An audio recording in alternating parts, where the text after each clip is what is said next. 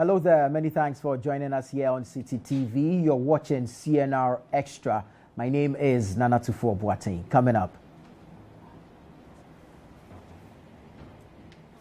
Forestry Commission commences investigations into mining activities at the Tano Nimiri Forest Reserve by Akonta Mining Limited.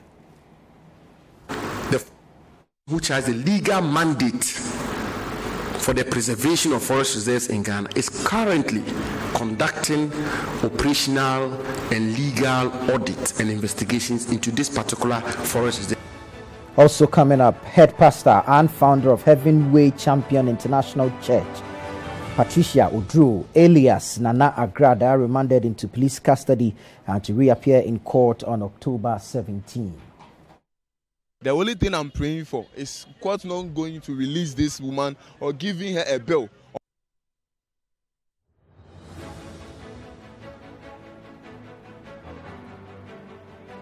Still ahead, stranded commuters who patronize the services of the Metro Mass Transit Company are calling for the swift resumption of work by striking employees of the company.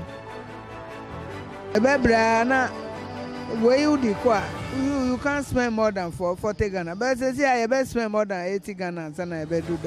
See a bread if I so be a niso, and so a Juma on the men's. See our own boss, or more my boss regularly. And later, Electoral Commission warns it will revoke the registration of 17 political parties if they fail to respond in writing, justifying why they should be maintained on the electoral roll.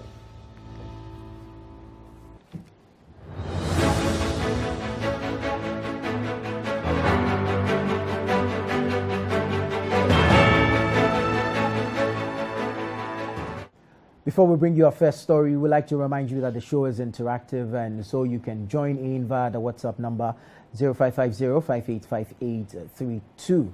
With me in studio this morning is Jude Mensah Duncan. Good morning, Jude. Good morning, Nana. Great to have you. Let's go straight into our stories. And the Minister for Lands and Natural Resources, Samuel Abdullahi Jinapor, yesterday held a press conference. He sought to address some of the issues that have come up in relation to Akonta mining and, of course, activities at the Tano Nimiri Forest Reserve. Forestry Commission has commenced investigations into mining activities at the Tano Nimiri Forest Reserve by Akonta Mining Limited. The firm was asked to halt operations earlier this month by the Lands Ministry because it did not have the mineral rights to operate in the forest. Addressing the media, the Minister for Lands and Natural Resources, Samuel Jinapor, said the outcome of the probe will determine the government's next line of action. Citi News' Ni Ayikwe Okain reports. The Ministry of Lands and Natural Resources some weeks ago directed the Forestry Commission to halt the activities of a Akonta mining firm in the Tano Nimiri Forest Reserve in the Amenfi West municipality of the Western region because it did not have the requisite documents to operate in the forest reserve. The government says a probe has been instituted into mining activities in the reserve and the outcome will inform it on its next line of action. What was left was for the minister, myself, to grant the mining lease, and whatever operations they would have mounted there would be lawful, would be legal.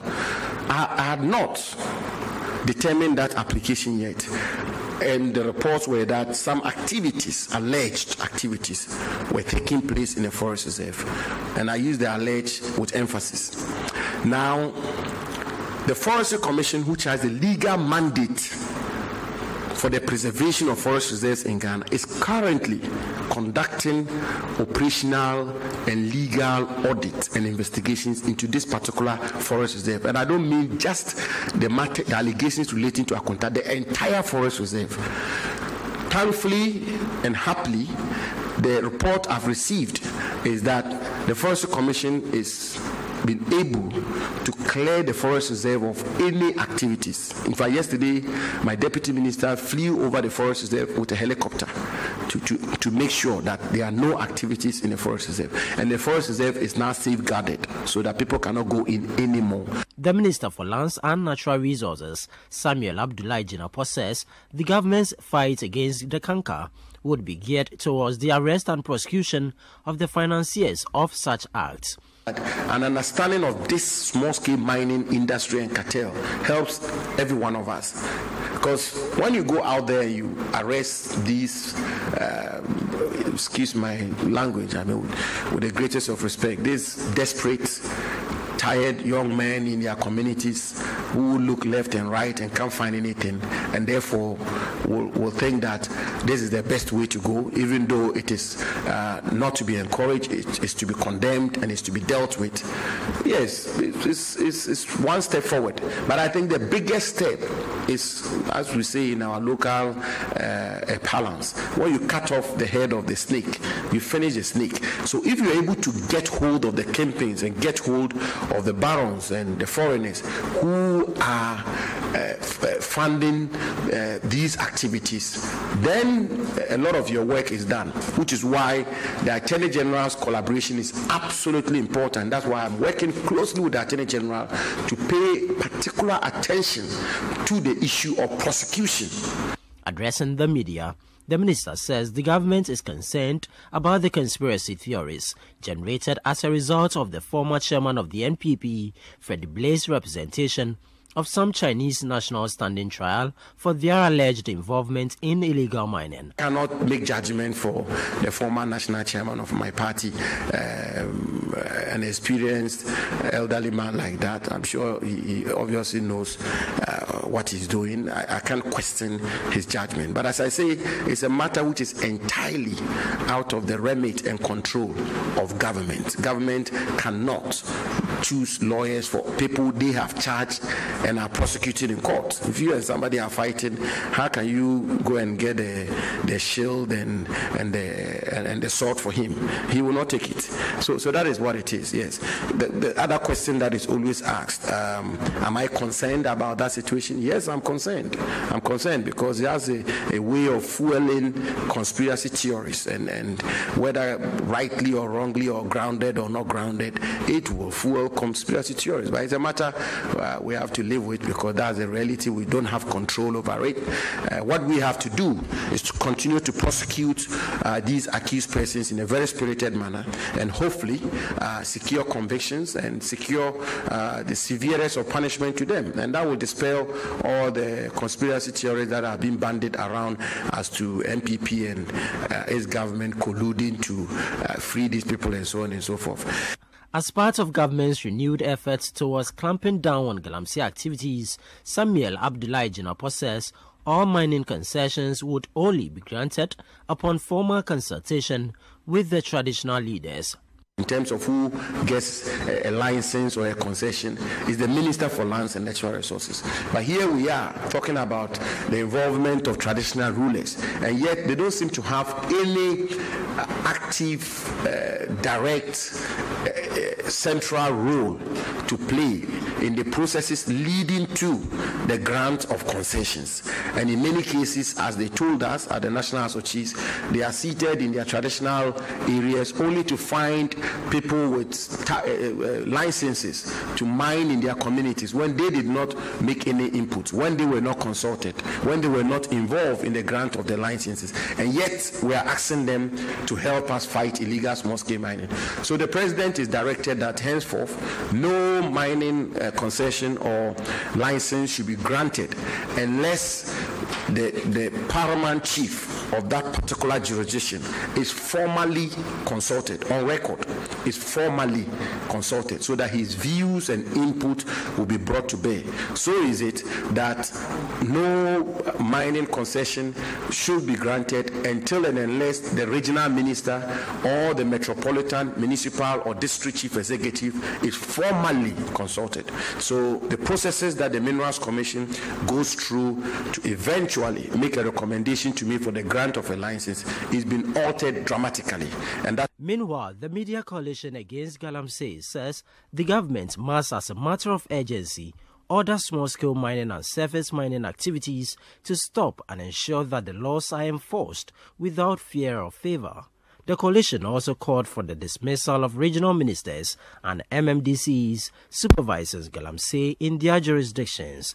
Convener of the Media Coalition Against Galamsey, Ken Ashigbe, spoke to Citi News. Minister for Land, for me, his demonstration, his action against Akonta mining would show some work that is being done. And I think that, you need to look at, so the wording of the statement, it talked about the ministers and deputies whose responsibility it is to regulate mining. Yes. So the Minister for Lands, you could cut him a bit of slack for some of the recent things he's done. But you need to also look at the fact that the regional ministers who are in these regions, who are also supervising these DCs and MCs, are also culpable as well. So it was the reason why in the statement, it was not, we didn't mention a ministry. We mentioned all ministers who were supposed to be regulating it. So, and it's also supposed to be based on what work the person is supposed to have done and the person have not done. But primarily, so yes, so that is the point that has been made. And we definitely, for me as an individual, I recognize the work of the minister, especially about Akonta mining, because it would have been a difficult thing to do for the minister naming, rightly so, Akonta mining and its two directors, Kwame Entry and Bernard Chibu-Esiako, as, doing an illegality and the Minerals Commission also coming. That for me was a start. I would have hoped that it would go a step further and cause the arrest of them. So it's the reason why you find out that in points 2 and 3, we talk about the fact that it doesn't matter whose ass is God. Anybody who sins against the Minerals and Mining Act, Act 2006, Act 703, as amended, should be taken to the right place. And especially for Akonta mining, who, there's evidence, collaborated by the minister and the Minerals Commission, and also investigative reportage done by a journalist that has situated them within the Tano Nimre Forest Reserve. So in such a crisis, you need to be holding people accountable. The talk, I think we've had a talk for a very long time. It excites me that the minister talks about going after the big wigs. I mean, just like I've always maintained, if we cut off the head of the snake, then the danger therein has been quelled. But then again, you see, we are missing an opportunity to set a clear example. Yeah. Just as Engineer Dr. Kenneth Ashbe was saying earlier in that clip, the Akonta mining issue presents a fine opportunity for us to make scapegoats out of big names. Never a finer moment than this. And for me, listening to the minister instead, I watched the press briefing live as it was going on. I mean, the minister could have gone on and on for about 24 hours, speaking on what government intends to do in the fight against illegal mining. And I still probably wouldn't have had a conviction of a government being serious in the fight against illegal mining. A lot of the things he said there are things we've heard over and over and over again. So for me, there was no strong takeaway from that particular press briefing, if I'm being very honest with you. The issues still remain, and for me, I tend to side with the media coalition against Galamsey, Engineer Ken Ashigbe in that particular interview. Now that we've come to some sort of conclusion that Akonta mining, there's a need for a probe in the first place.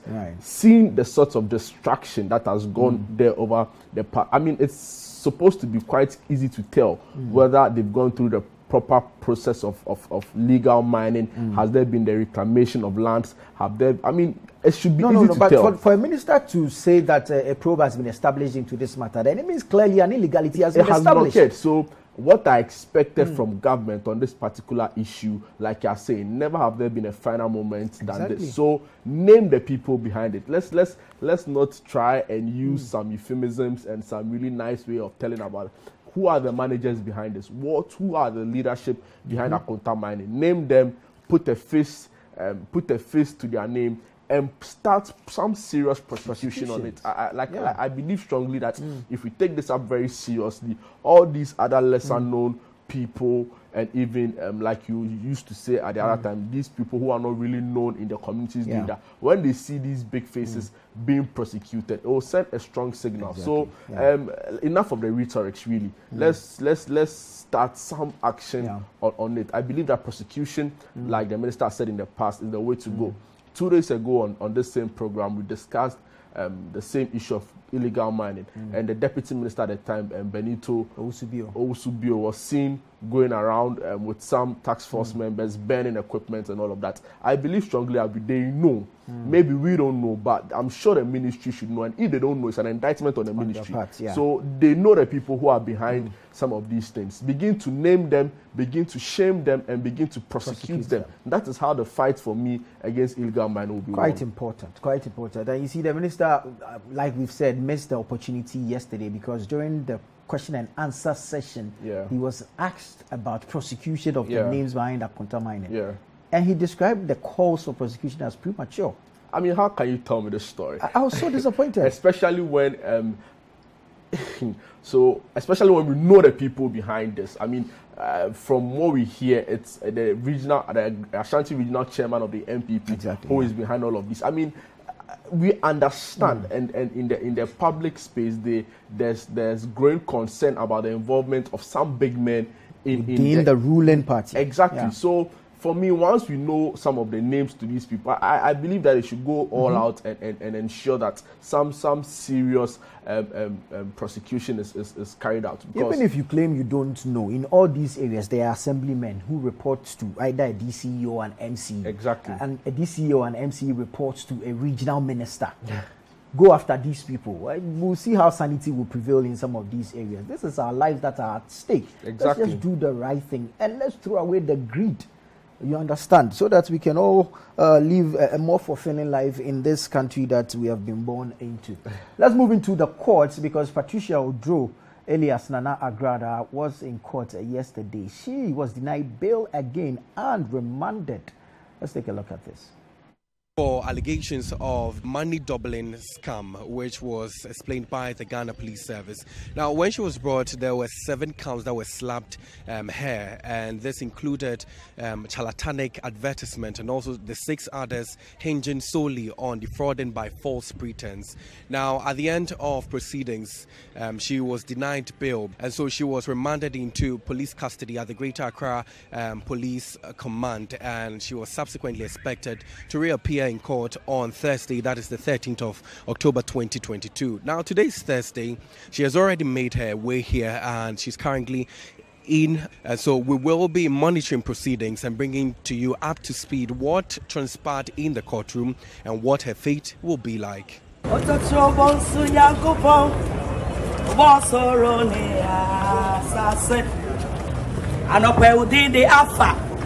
Any Omega, we am Fitiasia,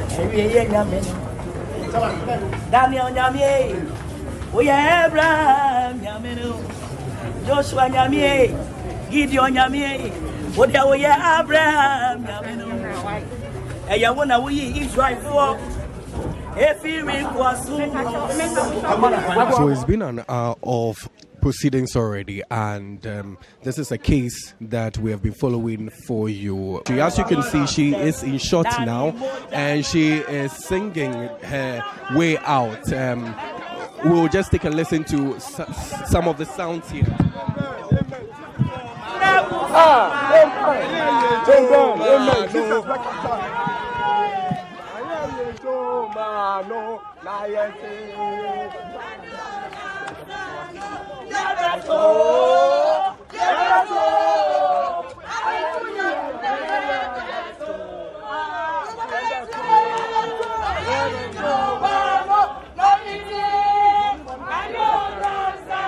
Well, so some of her church members are currently very close to the vehicle that is conveying Nana Agradaa away, and you can see they seem very excited and in high spirits. Nana Agradaa is in the vehicle, but I can spot her in high spirits, singing and chanting with her church members, and so we would be following up on this. But then you can see her being whisked away by the Ghana Police Service, and that is the situation here. They are still chanting, they are still singing, and the call is that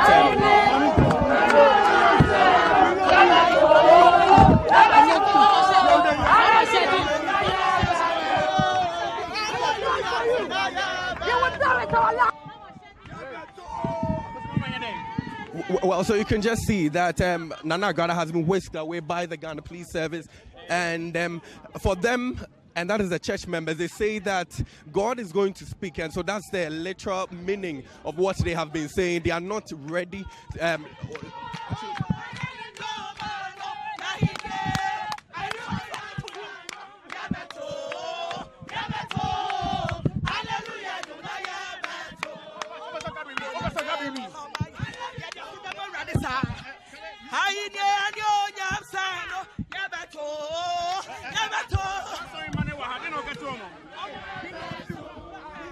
Well, so Nana Agradaa has been whisked away now. We'll just speak to some of the people here who are church members. For a lot of them, they seem very happy about the situation here. They say that God is going to speak. And so we'll just speak to some of the people here. I spoke to you on the Monday. You are a victim of the situation. What do you even make of the proceedings that we saw today? She's been remanded again. Yes, please. And I'm happy about how court is doing everything. The only thing I'm praying for is court not going to release this woman or giving her a bail on Monday, because if this woman is released, I don't know what is going to happen to others in Ghana over here, because she's doing a lot that is really, really bad. He has been scamming people over and over again. I'm even surprised that people are found over here praising her. The church members are found over here praising her, because this set of human being inside here in Ghana here, trying to cooperate people's mind and take people's money, and we are here looking at her. I think judge must sentence her in life in prison. Now, we've seen a lot of her church members who were excited, who were actually encouraging her. What's your take on it? Because you went to that church. Oh, they are all thieves. This is how they react. At the church premises, this is how they were reacting. I saw a lady who was even a victim of how Agradaa is doing all his criminals and stuff. From the day Agradaa started the fetish priest acting, and later on invest himself into the pastoral things and stuff.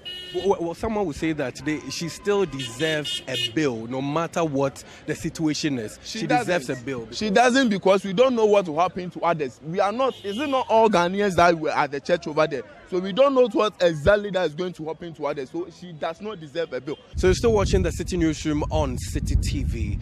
Now, the ruling is that Nana Agradaa has been denied bail for the second time. But what really transpired in court today? Let's speak to Hansen Ajiman, who was in court and was monitoring proceedings. Hansen, thank you for your time. You were in court. You sat through proceedings. Tell us, first of all, what was the case like when you sat through?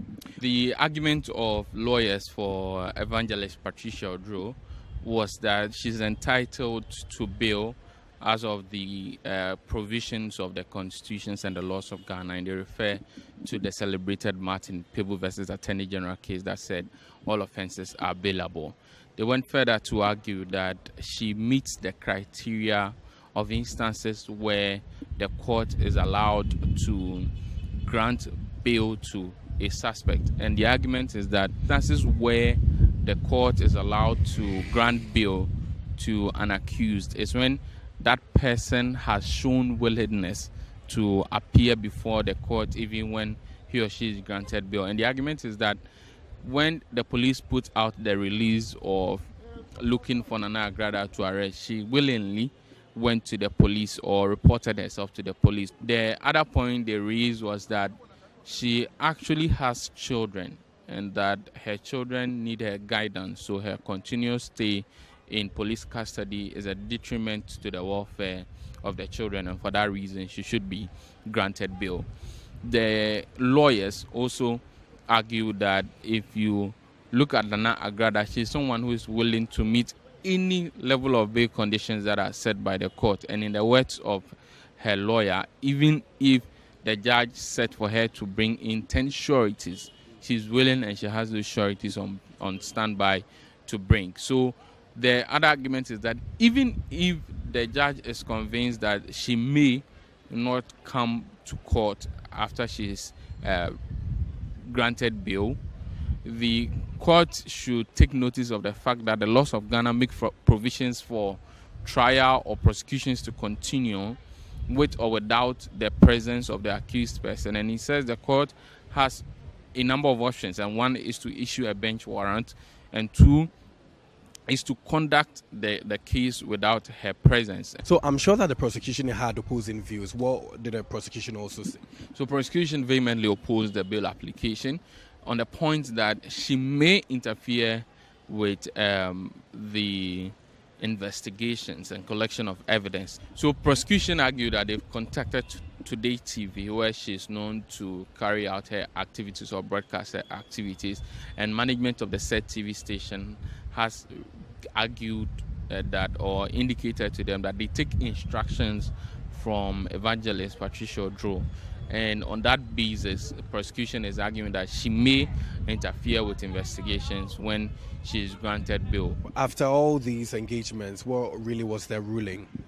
So the court remanded her into police custody to reappear on October 17, which is Monday, on the basis that on a public interest analysis, the complainants in the case are vulnerable, and if she is granted bail, she may pay them off to forfeit this case. We do know that she wasn't the only one in court. Also, Oliver Barker-Vomawa was also in court, and we understand his case has also been adjourned. What do we know?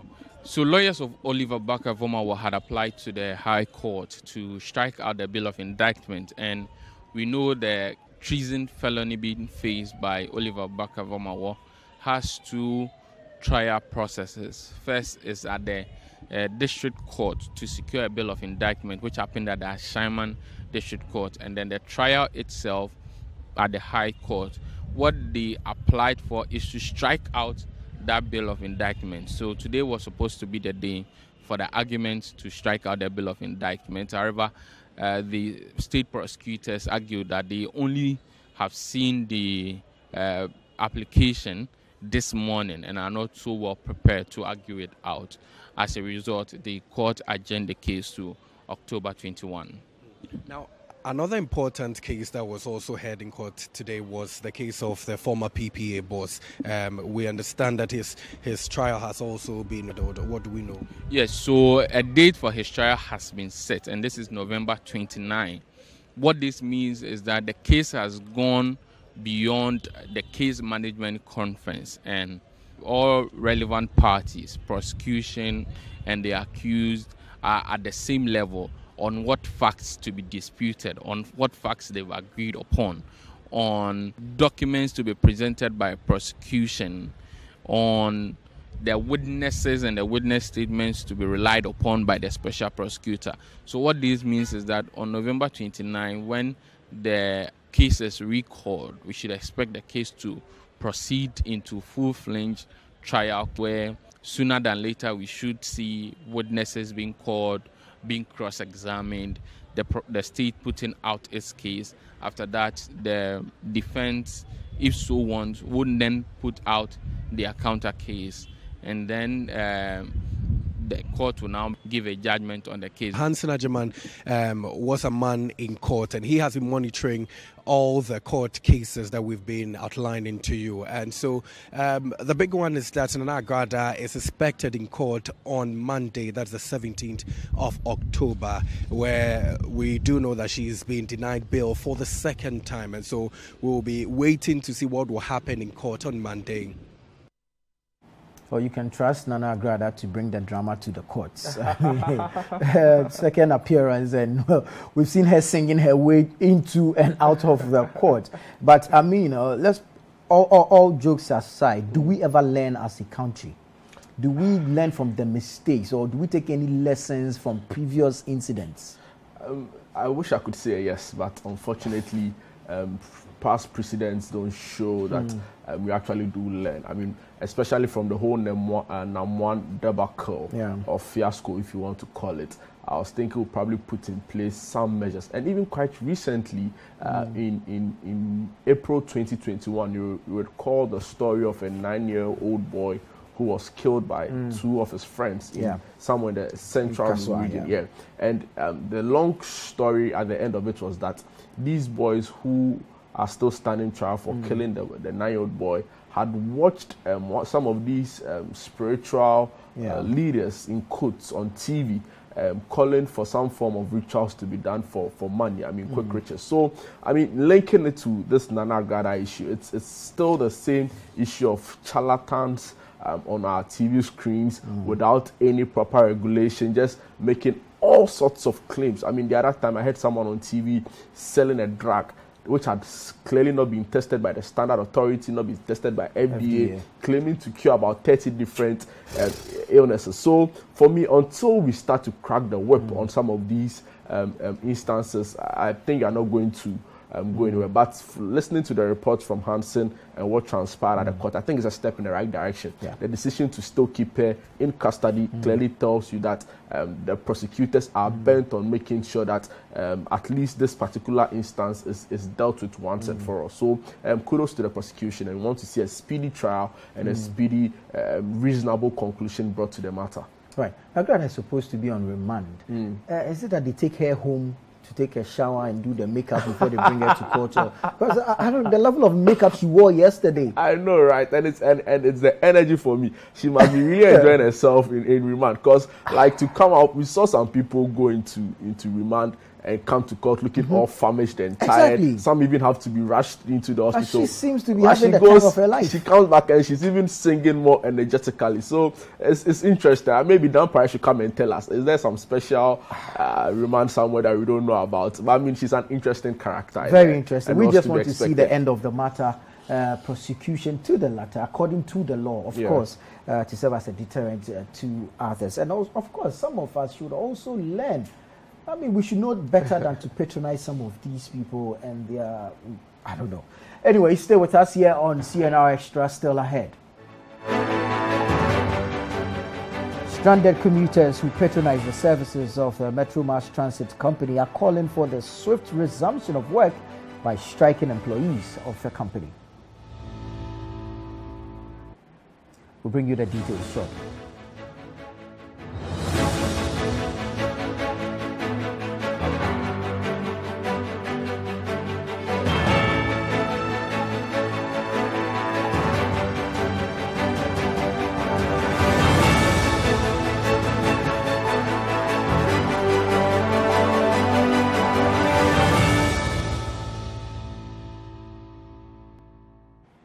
Welcome back. This is CNR Extra on Citi TV. Now, for those of us who patronize public transport, it is a matter of concern when employees of the Metro Mass Transit Company Limited embark on a strike. We are worried and we want them to resume, but then again, they have some genuine concerns that need to be addressed.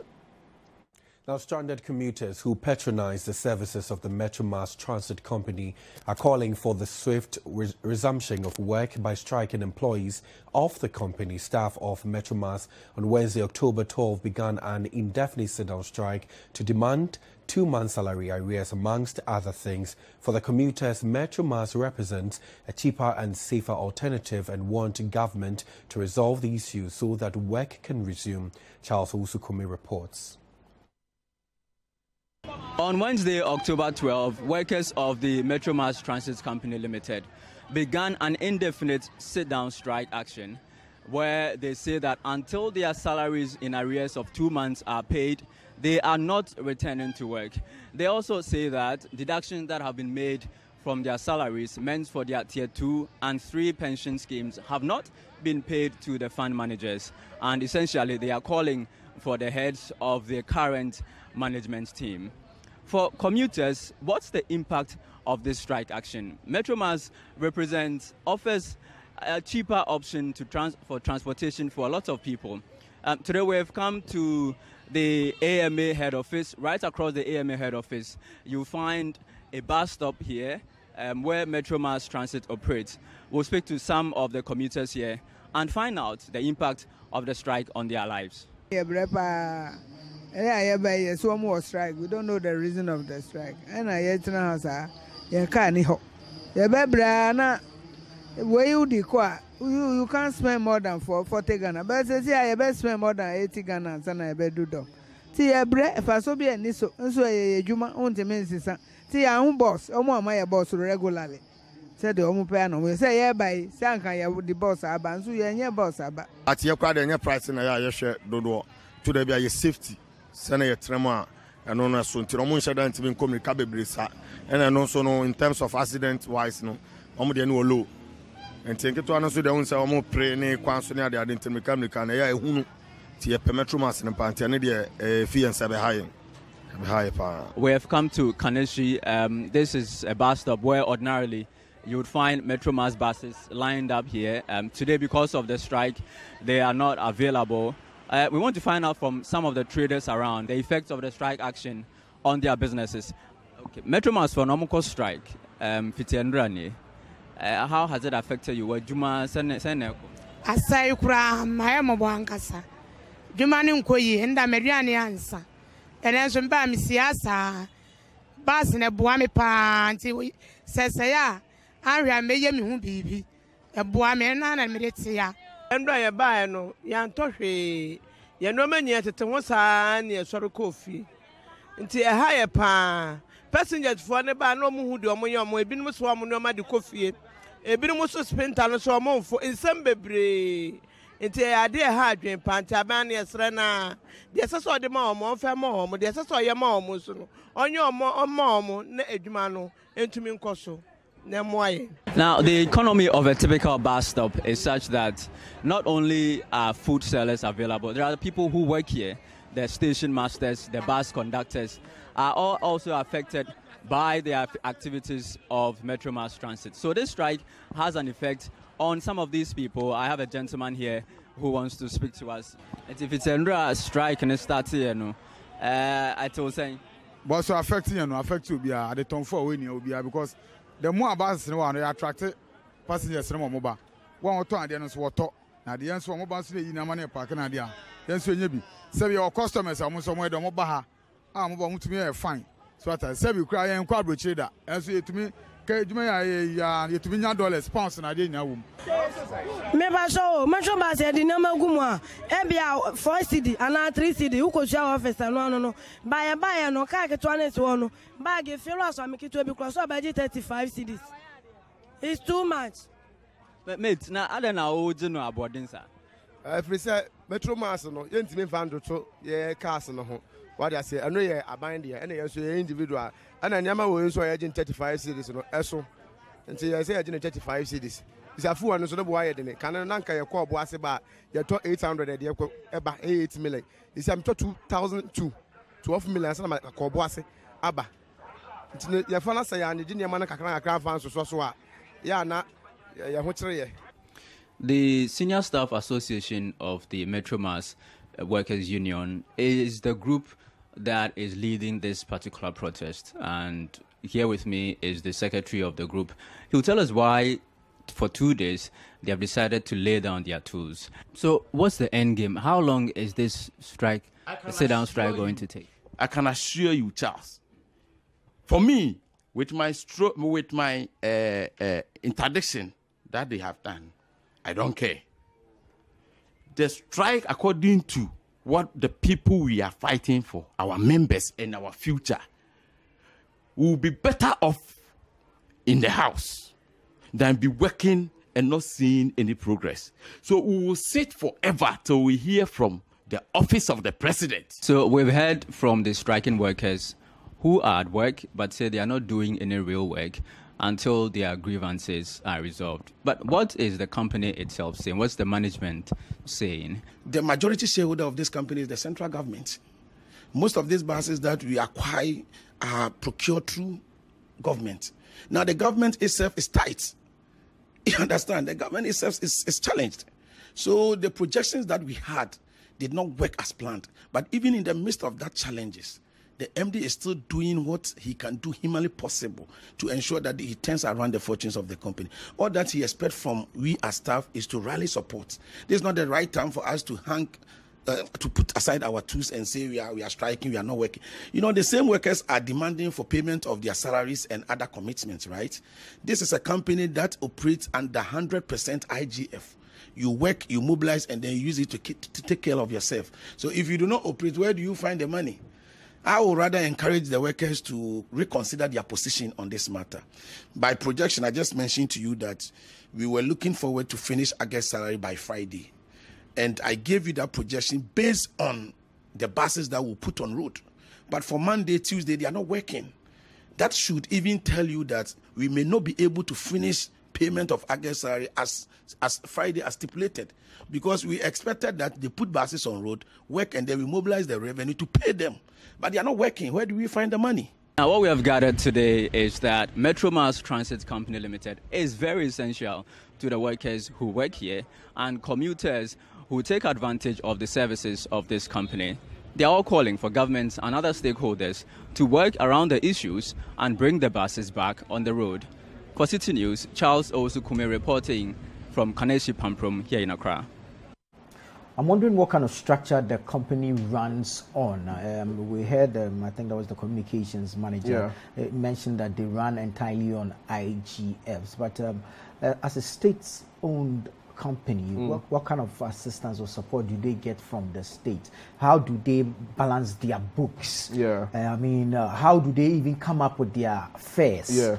And all that, for which reason the company has gotten to a point where it is unable to fix things as simple as replacing a tire and paying the salaries of its workers. I mean, the Metro Mass Transit company really, I believe strongly that it's not an NGO, it's a profit-making company. Exactly. So they charge to be able to run the company. IGFs, in my understanding, will be some other peripheral things. So maybe if you are selling pastries at your stations, if you are doing this. But to say you are running entirely on IGF, then for me, it's an indictment on the management of the company. Because how are you not making profits having all of these huge buses? And it's not like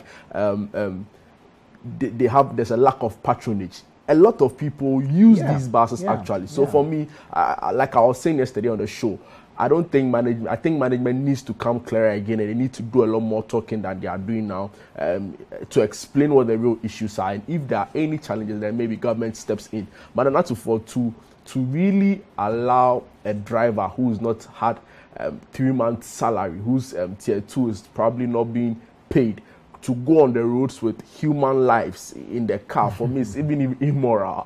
I can't for the life of me think that a driver will be in the right frame of mind working under such conditions. So it's even unfair to start with. And for me, it's not even proper that they even work with some of these conditions, considering the work they do. I mean, if he's thinking and he goes overboard, you can imagine the damage is going to cause. So I hope management is working hard. We get the impression from the communications manager for the Metro Mass company that the management are actually trying to look out solutions. I mean, if they are not finding anything, I think they should go to government, they should go to the transport ministry.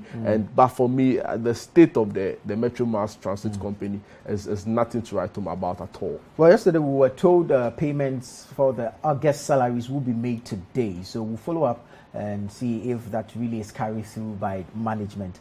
Perhaps, if the drivers receive the August salaries, then they may be willing to reconsider their decision. There's also a scheduled meeting today with the National Labour Commission.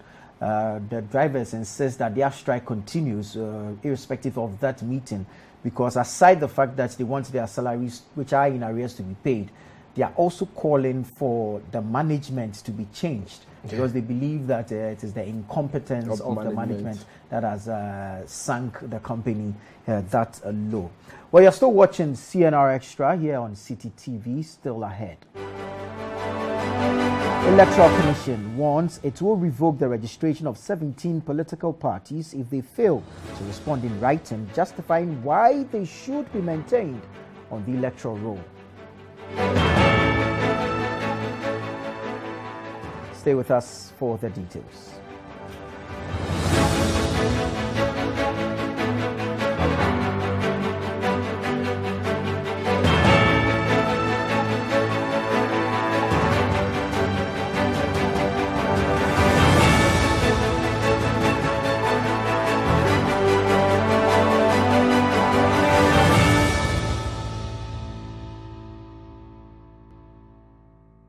Welcome back. This is CNR Extra on Citi TV. My name is Nana Tufo Boateng, and I am here with Jude Mensah Duncan. Let's bring you some more stories. And the Electoral Commission of Ghana has served notice that it will cancel out some 17 political parties. Let's find out why. The Commission has served notice that it will revoke the registration of 17 political parties if they fail to respond in writing justifying why they should be maintained on the electoral roll. According to the Electoral Commission, all 17 listed political parties have no national and regional offices as required Act governing political parties. Some of the listed political parties are Ghana National Party, United Love Party, Yes People's Party, amongst others. So this is actually a requirement by law, Section 15, Clause 1 of Act 574, that these political parties should have offices at the national level, regional level, and the district level. Yeah. The EC, I think between May and June, went on a tour across the country to verify the offices of all these political parties. Well, it's giving them some moratorium. It's giving them opportunity to write to the EC and explain. It's like your teacher asking you to write to him explaining why you should not be punished for an offense committed. Yeah, but I mean, regardless, we need to sanitize the political space in the country. And so some of these steps are welcome. However, enough room should be given to these political parties to also respond or otherwise. I mean, I listened to Odike this morning of the UPP, United Progressive Party, and I'm sure he'll be one of the affected people. He is one of the affected people or political parties in this instance. I mean, and his call was quite simple. We need enough time. For him, he's more than affected because, you know, he's of the UPP and then of the UFP, the one he formed with Jataba. Exactly. So, I mean, it's really interesting. And I mean, by law, we are a multi-party state, but the reality really is that due to an absence of that effective third force, we've become, I mean, unilaterally a two-party state, really, just government and opposition. And after every 8 years, it swings there and there.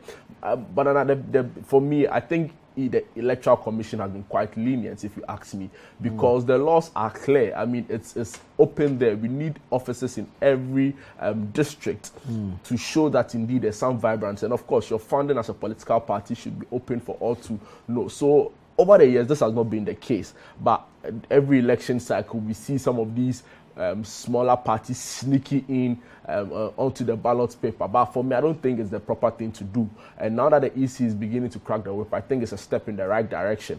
But like I'm saying, some of these parties are new. For instance, we saw the performance of the pastor who had this party. His name just killed me. The fire. I see where you're Troublesome. We saw his performance as a first timer. Right. I believe some of these lesser known parties, if some time is being given to them, they can put some structure in place and become a recognizable force going forward in our political space. So the EC should just give them a little time.